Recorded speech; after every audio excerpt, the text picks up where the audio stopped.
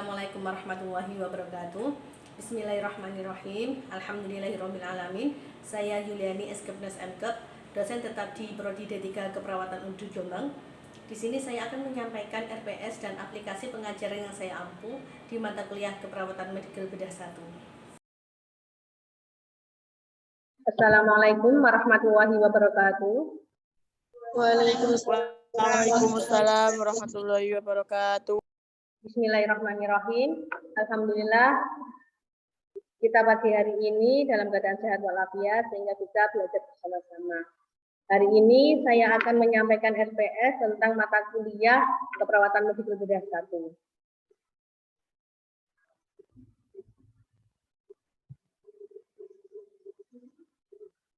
Sudah kelihatan ya? Saya Bu. Untuk semester 3 ini saya mengampu mata kuliah Keperawatan Medikal Bedah 1. Di Keperawatan Medikal Bedah 1 ini terdiri dari 3 SKS, 2 teori, 1 praktek. Tim dosen yang mengajar Ibu Kurniawati, Bapak Muhammad Rajin, Bu Fatimah, dan saya sendiri, Bu Yuliani. Capaian pembelajaran di Keperawatan Medikal Bedah 1 ini adalah mahasiswa mampu menguasai konsep teoritis KDM, mahasiswa mampu memberikan asuhan keperawatan, mahasiswa mampu mengelola asuhan keperawatan, mahasiswa mampu menyelesaikan pekerjaan berlingkup luas dari individu, keluarga, kelompok, mahasiswa menunjukkan kinerja dengan mutu dan kuantitas yang terukur. Deskripsi mata kuliah Keperawatan Medikal Bedah 1 ini adalah mata kuliah ini menguraikan tentang konsep dan perspektif Keperawatan Medikal Bedah 1, bagaimana peran perawat dalam Keperawatan Medikal Bedah 1, mahasiswa mampu mengenal program dalam penanggulangan penyakit tropis, endemis, dan program pemerintah dalam penanggulangan HIV/AIDS. Selain itu membahas tentang kesehatan yang lazim terjadi pada usia dewasa, anak, remaja, yang bersifat akut maupun kronik. Selanjutnya, nanti capaian pembelajarannya diharapkan mahasiswa mampu memahami konsep perspektif Keperawatan Medikal Bedah 1. Yang kedua, mahasiswa mampu memahami peran perawat KMB dalam kebijakan pelayanan kesehatan dan mampu memahami tentang pengelolaan penyakit tropis. Itu disampaikan oleh dunia. Selanjutnya, mahasiswa mampu memahami pengelolaan penyakit endemis dan penyakit HIV/AIDS, itu disampaikan oleh Bu Fatimah. Selanjutnya, mahasiswa mampu memahami pengelolaan pasien gangguan kebutuhan oksigen, patologi sistem pernapasan dan kardiovaskuler, disampaikan oleh Bu Yuli dan Pak Rajin. Mahasiswa mampu memahami pengelolaan pasien gangguan kebutuhan cairan akibat patologis metabolik endokrin, disampaikan oleh Bu Yuli. Mahasiswa mampu memahami pengelolaan pasien gangguan kebutuhan nutrisi akibat patologi sistem pencernaan dan metabolik endokrin, disampaikan oleh Bu Yuli. Mahasiswa mampu memahami pengelolaan pasien gangguan kebutuhan eliminasi akibat patologi sistem pencernaan dan pertanian, disampaikan oleh Bu Yuli. Semuanya insya Allah nanti 38 pertemuan. Nanti sistemnya bisa daring maupun luring. Metodenya ceramah, diskusi, role play di lab, sama PBL. Nanti PBL adalah pembuatan aspek. Ya. Untuk evaluasi, syarat mengikuti ujian kurang dari 75% kehadiran, tidak boleh mengikuti ujian, presensi 75-85% boleh mengikuti ujian dengan tugas, presensi lebih dari 85% boleh mengikuti ujian tanpa tugas, dan sudah mengumpulkan tugas-tugas yang diberikan. Penilaian dalam mata kuliah Keperawatan Medikal Bedah 1, UTS 30%, UAS 30%, keaktifan dan kedisiplinan 10%, tugas 30%.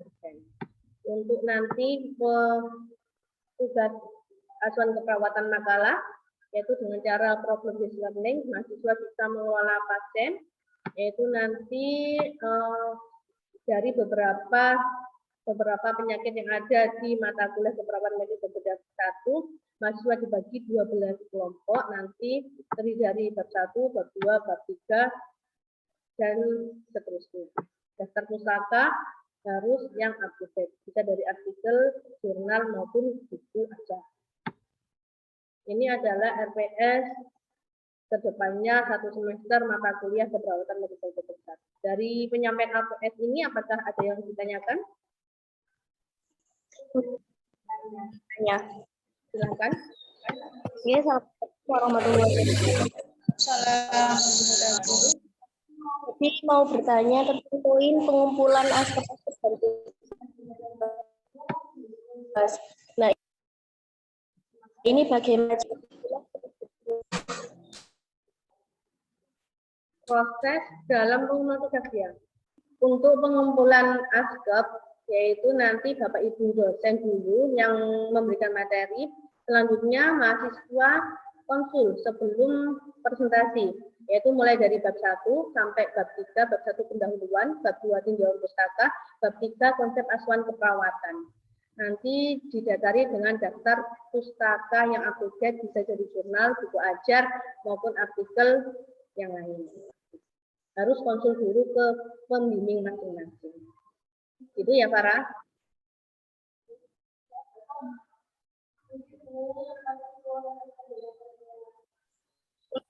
suun atas penjelasannya? Ada yang tanyakan lagi? Sudah paham semua?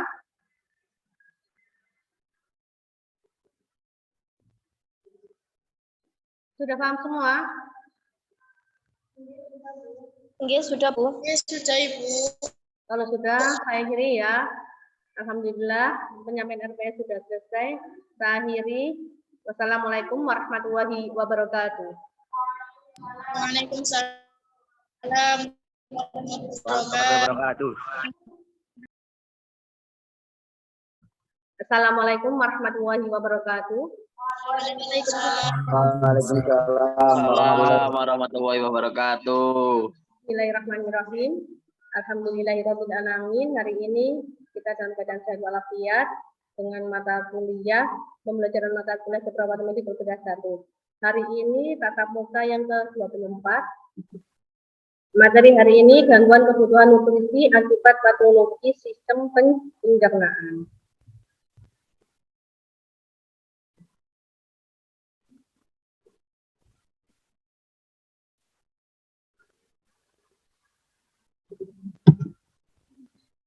Setelah pembelajaran hari ini, diharapkan mahasiswa mampu menjelaskan anamnesa gangguan sistem pencernaan, menjelaskan pemeriksaan fisik pasien gangguan kebutuhan nutrisi patologi sistem pencernaan. Mahasiswa mampu menjelaskan pemeriksaan diagnostik pada gangguan kebutuhan nutrisi patologi sistem pencernaan.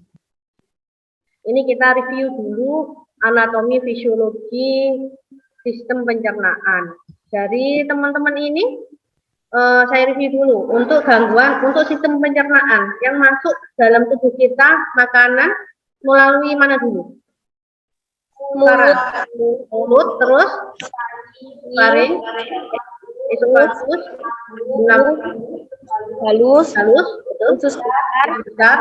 Oke, ya itu adalah review dari anatomi. Betul kata Mbak Farah tadi. Kita makan untuk memenuhi kebutuhan nutrisi melalui mulut dulu, laring, esofagus, lambung, sistem usus halus, usus besar, anus. Ini sudah kalian pelajari di keperawatan dasar fisiologis maupun patofisiologis. Untuk review lagi di kebutuhan nutrisi sistem pencernaan, pasti data fokusnya ada di abdomen. Abdomen kalau review dibagi 9. Hipokondrium, epigastrium, hipokondrium, dan seterusnya. Kalau kita bicara review ada 9. Kalau di abdomen kita bicara kita bahas kuadran, berarti 4 kuadran. Right under kuadran, left under kuadran, dan sebagainya.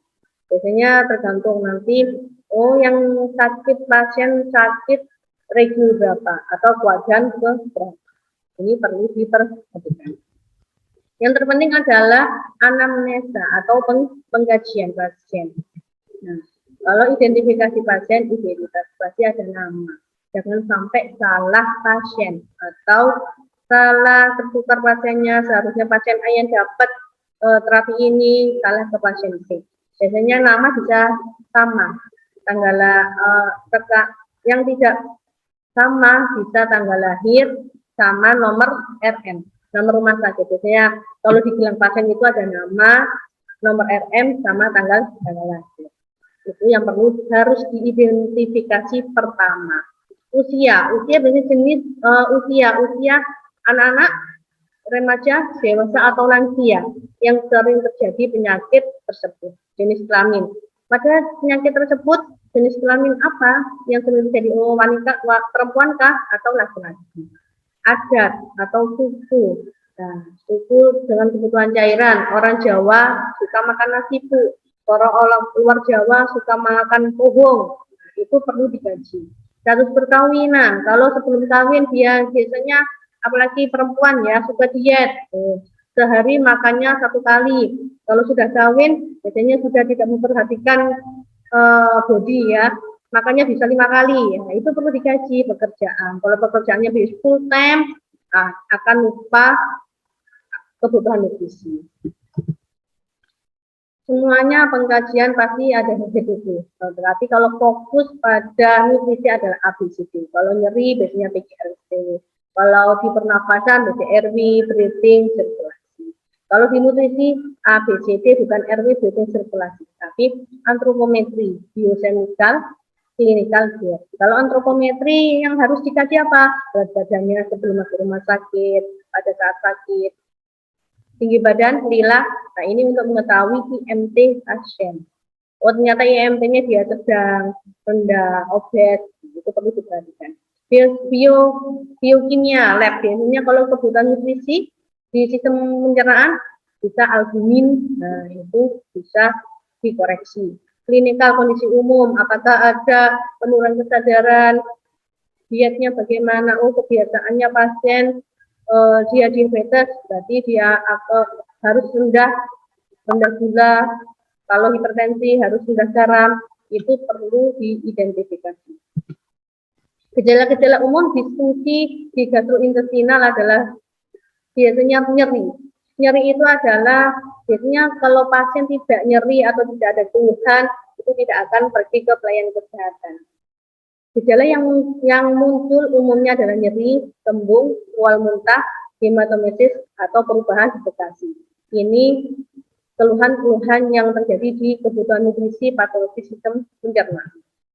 Riwayat kejahatan masa lalu, apakah pasien sebelumnya pernah mengalami sakit seperti ini sampai MRS? Apakah pasien punya alergi, mungkin alergi makanan, ikan laut, dan sebagainya, itu perlu dikaji. Riwayat penyakit keluarga, apakah ada anggota keluarga menderita penyakit saluran pencernaan? Contohnya biasanya tipoid. Nah, mungkin pola makan di keluarga tersebut perlu dibenahi. Itu perlu dikaji. Riwayat psikososial dan gaya hidup, pekerjaan yang full biasanya dia kurang memperhatikan akan kebutuhan nutrisi, kebiasaan di rumah, biasanya makannya apa, ciki, dan sebagainya, itu perlu dikaji. Pemeliharaan kesehatan, kebiasaan merokok, minum alkohol, penggunaan kafein. Bagian penggunaan kafein ini, biasanya kalau orang laki-laki mendingan tidak makan daripada tidak ngopi. Nah, itu perlu diperhatikan. Perawatan gigi dan gusi, aktivitas atau olahraga, sumber stres. Sumber stres ini biasanya stres bisa mempengaruhi keluarnya asam lambung. Karena pemeriksaan fisik, pertama adalah rongga mulut, inspeksi bibir dan rahang, simetris atau tidak. Setiap inspeksi saya tekankan sebagai mahasiswa, dilihat dulu simetris atau tidak. Berarti kalau tidak simetris, berarti sudah ada keabnormalan. Simetris atau tidak, warnanya bagaimana, teksturnya bagaimana, ada lesi atau tidak, ada udim atau tidak, gigi warnanya bagaimana, adakah yang berlubang, nah itu. Mukosa bagian dalam mulut, mukosanya apa, kemerahan, pucat, atau ada bercak putih, plak atau lupus atau perdarahan. Biasanya bercak putih ini adalah pada pasien tipoid. Nah, lihat orang tipoid biasanya di lidahnya itu putih-putih, akan mempengaruhi untuk penurunan makan. Biasanya sulit makan, pahit mbak, dilihat lidahnya, ternyata lidahnya putih. Palpasi, adakah nyeri tekan atau pembengkakan. Petunjuk umum pemeriksaan fisik abdomen, pastikan pasien dalam keadaan rileks, ya, rileks, posisi pasien yang nyaman. kepala disokong oleh 1 atau 2 bantal, kemudian buka pakaian pasien sekitar abdomen, karena fokusnya pada abdomen meskipun head to toe juga harus diperiksa. Tangan pemeriksa jangan sampai dingin, nanti dingin akan kaku. Nah, tangan pemeriksa dan suhu ruangan hangat, penerangan yang cukup. Khusus di abdomen ada pemeriksaan misalnya inspeksi, auskultasi, perkusi, dan palpasi. Inspeksi, hal-hal yang perlu diperhatikan adalah keadaan kulit dan permukaan kulitnya bagaimana, bentuk perutnya bagaimana, gerakan dinding perut, denyutan dinding perut, umbilikus. Jadi umbilikus itu bisa karena ada hernia atau tidak, itu juga dari umbilikus. Nah, ini ya pemirsaannya. Jangan jauh-jauh mendekat pada pasien. Inspeksi itu dilihat abdomennya. Perhatikan bentuk perut, biasanya simetris atau tidak. Kalau membesar atau melebar, biasanya berarti asides. Membesar dan tegang, berisi udara. Membesar dan tegang di arah suprapubik, bisa juga retensi urin. Biasanya maka dari itu, kalau ingin pemeriksaan di abdomen, anjurkan pasien untuk kencing dulu. Kalau suprapubiknya itu keras, berarti banyak buli, ada buli-bulinya, ada urinnya di buli-buli. Membesar asimetris tumor, berarti adanya tumor, pembesaran organ dalam perut, berarti abdomennya tidak simetris, asimetris. Auskultasi tujuannya adalah mendengarkan suara perut atau peristaltik yang disebabkan oleh perpindahan gas atau makanan di sepanjang intestine, di sepanjang usus. Nah, itu tujuannya auskultasi. Bisa juga mendengarkan suara detik jantung, detak jantung janin pada ibu hamil. Itu tujuan auskultasi di abdomen. Nah, ini adalah tempat-tempat auskultasinya, ya. Berarti tidak sembarang auskultasi. Berarti di regio 1, regio 2, regio 3, regio 4, dan seterusnya. Auskultasi dilakukan sebelum palpasi, ya. Auskultasi dilakukan 5-15 detik, biasanya isi usus normal 5-34 kali per menit. Kalau ususnya menurun berarti bisa juga dia konstipasi atau ileus. Kalau peristaltiknya ususnya meningkat, bisa juga karena dia diare atau gastroenteritis. Perkusi sekarang, kita pindah ke perkusi. Hal-hal yang perlu diperhatikan adalah adanya tanda pembesaran organ. Jadi bisa, siapa tahu hepatomegali. Adanya udara bebas, adanya cairan bebas, adanya tanda infeksi ginjal. Nah, itu bisa dengan perkusi. Nah, cara ini perkusi hepar. Berarti kalau ini peka, kalau ternyata pekanya melebihi daerah hepar, bisa juga dia dikhawatirkan adanya hepatomegali. Perkusi ginjal. Nah, berarti tangannya diketuk, pasiennya disuruh duduk ya, duduk agak membungkuk. Kemudian tangan kita ke punggung bawah pasien. Posisi pasien duduk sedikit merunduk, lakukan pukulan, lakukan pada kedua sisi. Adakah nyeri atau tidak? Palpasi. Palpasi yang perlu diperhatikan adalah ketegangan otot, nyeri tekan abdomen, beberapa organ atau beberapa massa superficial. Berarti kalau ternyata hepar, misalnya normalnya tidak teraba, ternyata pada saat kita palpasi teraba, berarti adanya hepatomegali. Palpasi ginjal, nyeri atau tidak? Kalau nyeri di palpasi seperti ini nyeri, berarti ada gangguan di ginjal. Selain pemeriksaan fisik, kita untuk mendiagnosa juga perlu pemeriksaan penunjang untuk memastikan anamnesa dan pemeriksaan fisik. Bisa dengan cara endoskopi, yaitu gastroskopi, esofagoskopi, kolonoskopi, sigmoidoskopi. Bisa juga dengan USG, tomografi komputer atau MRI. Lab darahnya HB, leukosit. Kalau ada infeksi berarti leukositnya meningkat. Nah, gula darah, enzim hati, bilirubin, penanda semua. Feses juga perlu di lab karena feses biasanya kalau orang diare terus sudah diobati tapi masih diare, fesesnya diperiksa apakah bakteri apa atau kuman apa yang berada pada feses pasien tersebut. Diagnosa yang mungkin muncul pada kebutuhan nutrisi patologi sistem pencernaan bisa juga diantaranya adalah berat badan lebih, defisit nutrisi, disfungsi motilitas gastrointestinal, kesiapan peningkatan nutrisi, resiko berat badan lebih, resiko defisit nutrisi, atau resiko disfungsi motilitas gastrointestinal. Ini adalah diagnosa yang mungkin muncul pada kebutuhan nutrisi. Untuk intervensi implementasi evaluasi bisa dilihat di buku 3S. Ya. Terima kasih. Silakan, ada yang tanyakan dari materi ini? Ibu mau bertanya. Silakan, siapa? Kenapa pada pemeriksaan abdomen itu kok urutannya inspeksi, auskultasi, perkusi, palpasi? Kenapa ya Bu beda kok? Beda sama kayak pemeriksaan biasanya. Untuk pemeriksaan ya, sering saya tekankan pada mahasiswa, kalau pemeriksaan pada abdomen itu inspeksi, auskultasi, perkusi, baru palpasi. Karena kalau di abdomen, kalau palpasi dulu, perkusi dulu, itu akan mempengaruhi bunyi peristaltis. Karena kalau sudah di abdomen, di palpasi dulu, di perkusi, akan merubah bunyi peristaltis. Jadi kita nanti hasil pemeriksaan fisiknya akan terganggu. Jadi semuanya pada organ yang lainnya adalah inspeksi, palpasi, perkusi, auskultasi. Khusus di abdomen, inspeksi, auskultasi, perkusi, palpasi. Biar tidak mempengaruhi suara bising usus. Sudah paham, Farida? Bu, terima kasih. Baiklah, setelah pembelajaran tadi akan saya evaluasi tentang pembelajaran kita hari ini. Tadi sudah dijelaskan tentang kebutuhan nutrisi patologi sistem pencernaan.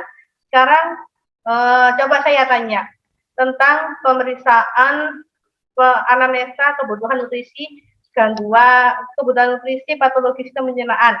Data fokusnya apa? Kalau nyeri PGRST, kalau pernapasan ABC, airway breathing sirkulasi. Kalau nutrisi apa? Coba Sela. ABCD. A-nya apa? Hanya antropometri. Oke, B? Biokimia. Biokimia, oke. C? Clinical science. C? Diet. Diet, oke. Itu yang harus diingat-ingat, yaitu pengkajian fokus pada sistem pencernaan adalah fokus di A, B, C, D. Oke, good untuk kalian. Di sini sudah paham semua? Ampun, Bu. Kalau sudah, semoga bermanfaat pertemuan kita hari ini. Alhamdulillahirrahmanirrahim. Saya akhiri, wassalamualaikum warahmatullahi wabarakatuh. Terima kasih semuanya. Ya, Ibu. Sama.